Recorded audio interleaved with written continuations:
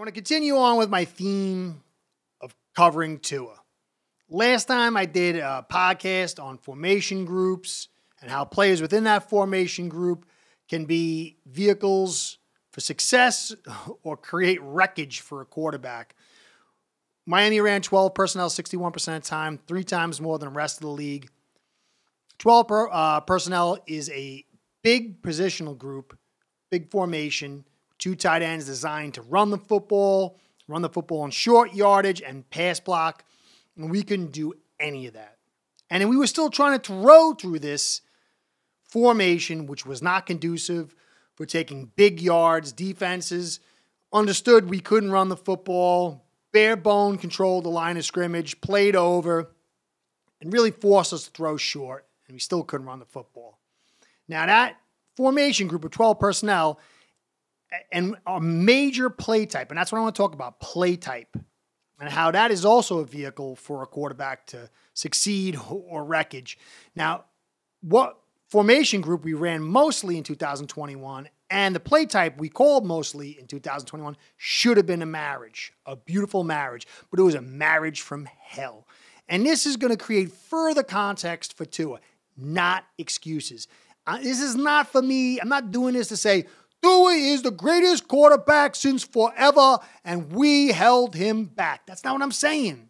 I'm not talking about his ceiling. I'm not saying he's better than Herbert or he's better than Burrow or we should have taken him 5th overall or he's going to lead us to Super Bowl. None of that stuff. You don't know any of that stuff until you have a quarterback with the right framework or pretty close to the right framework and you put him in the right situation. Tua has been in that critical situation for evaluation 2020 against the Bills, 2021 against the Titans. Last podcast, I covered why you can't really consider 2021 against Titans any kind of evaluation because there was no way for him to succeed. In 2020, I can go into that later. But the frameworks clearly weren't there. I want to show how the play type also was a hindrance. This is not about his ceiling. It's about his floor. The floor is so low on this kid. They're saying he is the worst quarterback since the flood. This guy can't do nothing right. I don't know if he's going to be this or that.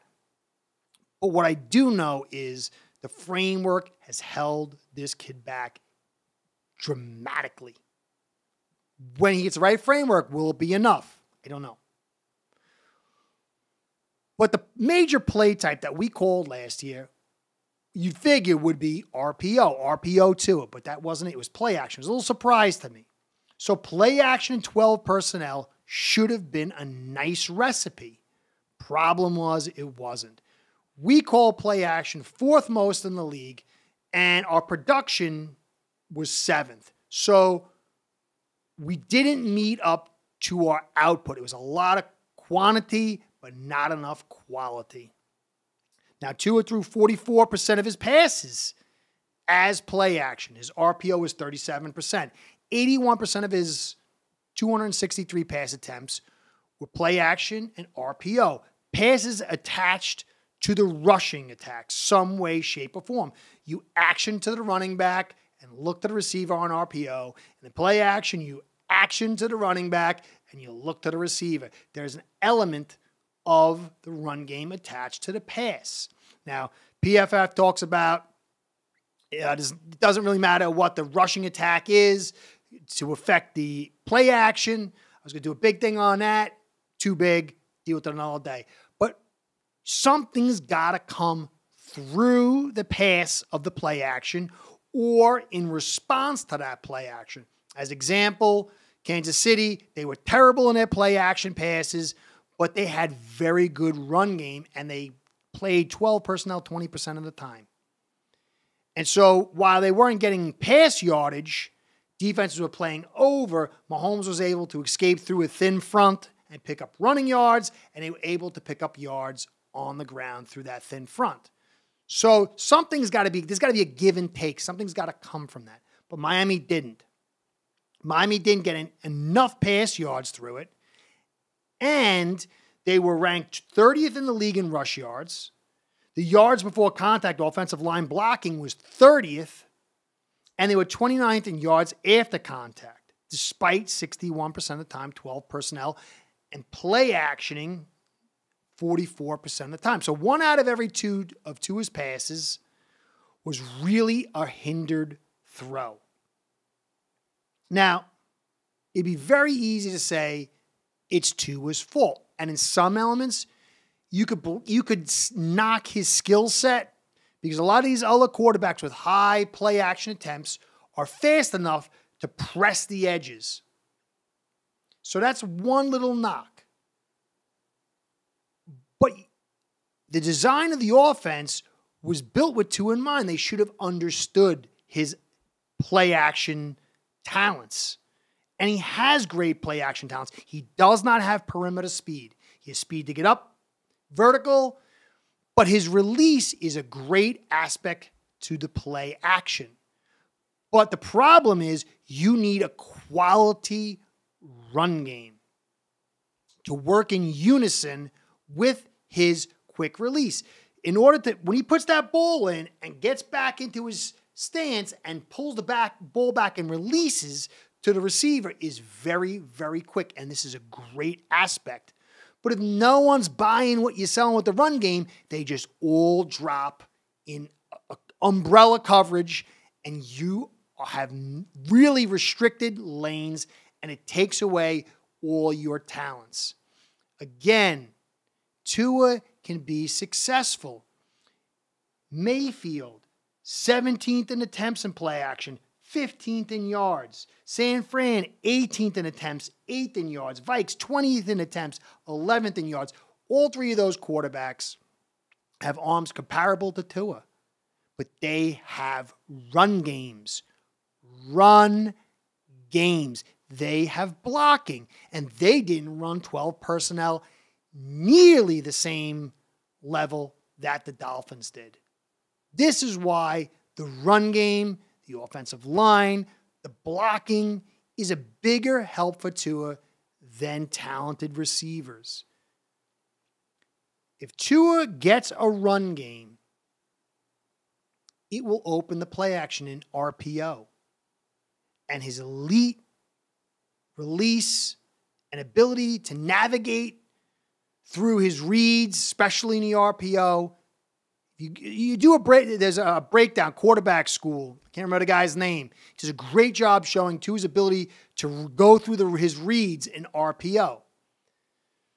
But if nobody cares about your running attack and plays umbrella, plays over, it doesn't matter. This kid will have a big boost in his production if this run game gets going. Will it be enough to warrant 5th overall? Will it be enough to win the big game in the playoffs or get to the playoffs or win a Super Bowl? I don't know. But the Dolphins have gone to what? 23, 25 quarterbacks since Marino? We don't know. We can't be certain we're going to get a guy better than Tua. We drafted Tua 5th overall. We can't get, there's no backsies. Can't get Herbert. Can't get Burrow. We got who we've got. Next year we got picks. Are we certain to find another quarterback? We've got to deal with what we have. Tannehill sucked, but he went to the conference championship. He won the conference, and he was a sucky quarterback. Remember? When Dolphins have not been to the conference championship since 1992, I'd have taken that success. Tannehill's got his limitations. But he was garbage according to what people were saying. But he got farther than what we've got now, what we've seen since 92. Tua's got enough. Is it enough for the great win? I don't know. The right framework is here, especially with the run game, and we're not stuck in 12 personnel all day. This kid will have success. Again, will he stay healthy? I don't know. Will he be able to capture those big moments and have those big games and take us over the top? I don't know. But he's not the 29th ranked quarterback in the league, like Chris Sims said. He's not the worst quarterback in forever, like some people say. And he's not the greatest quarterback either, as some others say. Let's get ready for a great 2022 evaluation. Let's see the past right, and let's pray we get a real run game in Miami finally, because that's the best shot for this kid to get it going. This is Curtis saying thanks for staying to the end. Please like, comment, subscribe. Comments mean the most.